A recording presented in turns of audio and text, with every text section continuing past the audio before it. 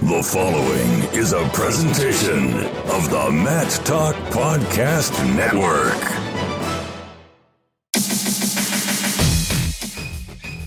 It's Friday the 13th. It was perhaps the only cool thing about growing up with the name Jason. At least, if you looked around and you were born between 79 and 81, there were probably more than one in your class. In first grade, there were 5 of us. Anyway, the whole mythological thing about the Argonauts hadn't quite resonated just yet, and I didn't go to school at the University of Providence or play in Toronto in the CFL. Those references were lost on me, just like those two could be lost on you. This is Short Time Shots, a mostly daily look at the scores and more from in and around the world of wrestling. I'm Jason Bryant. Before we get to the college action, the Walsh Ironman, one of the best high school wrestling tournaments in the universe, is rolling on in Cuyahoga Falls, Ohio. To keep with the theme, Wyoming Seminary head coach Scott Green says Sem has entered 13, and 13 survived on the 13th. That's somewhat witty. Somewhat. No truth to the rumor that Coach Green was at Wing Warehouse with the seedy underbelly of the wrestling internet. Sometimes you get interrupted from recording a show, maybe this one, by 3 people in said town of Cuyahoga Falls, eating wings and debating how you eat said wings. Anyway, they don't make those things for that purpose. The Minnesota beer of the night, which you probably will not find by the time you are here for the NCAA Division I Championships, but it's Surly's Black Horseman, which is brewed in collaboration with those fun-loving metalheads at King Diamond. Yeah, that King Diamond. It's a Danish-style black lager, a style I fell in love with when I was at the Junior World Championships in Trnava, Slovakia in 2018. This isn't quite as awesome as what I had over there, but it's delicious and perfect at 5%. Remember, I'm on Untapped at Jason Bryant 12. New patron of the Matt Talk Podcast Network, that's Pat Fitzgerald. Yep, that one. Thanks, Pat, for your support over the years. I appreciate it. In dual meet action, number 6 NC State doubled up Appalachian State 24-12, with Nick Reenan having to come from behind to beat Paul Carson 4-3, scoring a takedown in the third period to pick up the W. Hayden Hidley cruised to a 16-3 major decision over App State's Matt Zovatoski at 157. DJ Feldman's 9-3 win at 133 pounds in the duel's final bout was enough to push Lockhaven past Navy in the Rumble in the Jungle. Not to be confused with Jethro Tull's horrid Bungle in the Jungle. I'm sorry, that song just bites. Anyway, that was at Red Lion High School. I almost said something bad there. Red Lion, that's in Pennsylvania. Red Lion, Pennsylvania to be exact. Shout out to head coach Mike the Night Fox Catullo. Oddly enough, his nickname is a fox when he coaches at a school that is named for things that eat foxes. What does the fox say?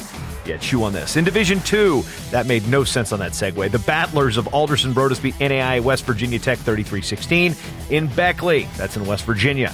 Top-ranked St. Cloud State moved within 1 win of tying the Division II dual meet win streak, one that they hold after beating Northern State 29-9. The Huskies have won 53 dual meets in a row. Northern State's James Burks did beat St. Cloud's James Plesky 7-5 at 157, so that's a notable one there. Augsburg ranked 4th in Division III, top Division II Southwest Minnesota State on Friday in Minneapolis. The Augies won 6 out of 10, and top-ranked Ryan Epps earned a fall at 451 at 165. You know those books like if you give a mouse a cookie or you give a moose a muffin? Well, if you mention Augsburg, you're going to have to mention Wartburg. Top-ranked Wartburg, and that's in the dual rankings, beat Cornell College 43-2. Also, UW Eau Claire beat UW Stevens Point 25-17. There were a slew of duels at the Pigeon Forge duels in Tennessee, most of which were NAIA teams. Number 5 Campbellsville and number 2 Reinhardt both went 4-0, while number 10 Life went 3-0. Keiser, a first-year program in Florida, picked up 2 wins, but again, according to NAIA rules, only one of them was official, the 39-18 win over Bluefield. There was a win over NJCAA Southwest Virginia, but matches against 2-year schools don't count for NAIA schools. Kind of buried the lead here, by the way. Keiser got its first win in school history. Fired up, yeah. Concordia, the one in Nebraska, beat Midland 54 to -1. Yes, -1. No report on the duel in Reno between Montana State Northern and Eastern Oregon. Also out west, Highline beat Big Bend 31-18. Jebediah has typhus. Yeah, Oregon Trail reference there. Notables on the docket, there's the UNI Open. LIU's at Drexel. Lock Haven's hosting some D3 schools, while Chattanooga also heads to number 11 Iowa State. In Division II, there's that monster tournament in Indianapolis known as the Midwest Classic, celebrating its 41st year. It's like the D2 scuffle of the D2 Midlands. It's beastly. West Liberty takes on Pitt Johnstown, and there's like 40 duels in Division 3, while Indiana Tech and Nebraska Wesleyan are hosting multi-team events. From the Daily Wrestling News, will Anthony Keiser break away from the U.S. and represent another nation in future Olympic Games? Well, if that isn't a clickbait headline, I don't know what is. Well, it actually wasn't a headline, but it was a throwaway line from a story from lovingmalta.com, story about the Penn State heavyweight. Apparently, Keiser has Maltese lineage. The country, not the breed of dog. The Mid-American Conference released its conference rankings, which some seem to be devoid of results that happened within the past week. Track Wrestling's 7-Minute series with host Kyle Klingman talks with the Ohio State University head coach Tom Ryan.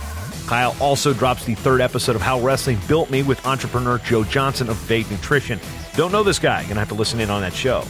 TheMat.com previews the athletes you'll be seeing in Fort Worth next weekend at the U.S. Senior Nationals, because that's the name of the event this year since it's not the Open, but it is the Open. But yeah, anyway, Tyler Graff, he's going Greco. Lots of stuff out there on the Ironman, as I mentioned in the lead. Here's a quick link to Intermat's semifinal matchups that'll be in the Daily Wrestling News because, well, it's free. The NWCA announced the Jim Cook Division II Hall of Fame for 2020. Super talented field with representation from North Dakota State, Chadron State, Augustana, South Dakota. That's Augustana of South Dakota, and Northern Colorado. Yes, North Dakota State and Northern Colorado are now Division I. They used to be Division II. Little Rock drops a feature from its wrestling twins, Jalen and Jaden Carson. Big UFC card this weekend with a couple of wrestlers meeting up, Kamaruddin, Marty Usman, and Colby Covington. When I say Marty, it's not a dig. That's just how I know him. I've always known him as Marty. It's hard for me to call him Kamaruddin or Kamaru, even though he has been in my phone as Kamaruddin Usman since we went to a Swenson's at University Nationals in Akron, Ohio, like 10 years ago. As a joke, I said, I'm going to put your full name in my phone. And I even spelled it right. He's a good dude. Colby Covington, and he sucks. Resident fighter and derelict Johnny Bones Jones doesn't care much for Covington either. Again, like I said, they both suck at life. There's that. They might beat the hell out of me, but guess what? I'll take World Capitals for $1,200, Alex. See how we do there. What's this got to do with anything? Kevin Aioli of Yahoo Sports wrote about how much John Jones doesn't like Colby Covington. They're wrestlers. I'm actually even kind of sick that I even put this in the newsletter, but to each his own. On the network, those track wrestling offerings, 7 Minutes and How Wrestling Built Me, will be on the Matt Talk Podcast Network at some point over the weekend. They might already be there. You never know. You can get those headlines and stories and more from Matt Talk Online's daily wrestling newsletter. Sign up for free at matttalkonline.com/news and get that ace top wrestling stories from around the world delivered to your inbox for free every single morning. The Matt Talk Online daily wrestling newsletter is sponsored by Resolite. If you like to support the show and the on-demand audio offerings, free newsletters, and historical research, you can support this program and the network by making a small monthly contribution or one-time donation by going to matttalkonline.com/join the team.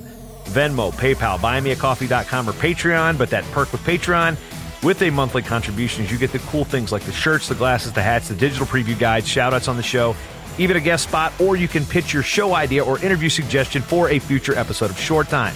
You don't necessarily have to come on it if you don't want, but we've had some suggestions, and seriously, I'm going to follow up. My interview list is 180 people deep right now. That's how many people I need to get on the show. The ideas that I've had for this show, whether it be a series, whether it be something else. 180. I counted it up last week. Yeah. Anyway, the Short Time Wrestling Podcast is proudly outfitted by Compound Sportswear. Now, if you can get back to your drinks at Wing Warehouse, I'd like to thank you for spending your time with me because you've always got time for Short Time. Don't know this. I'm going to have to figure out. That's, yeah.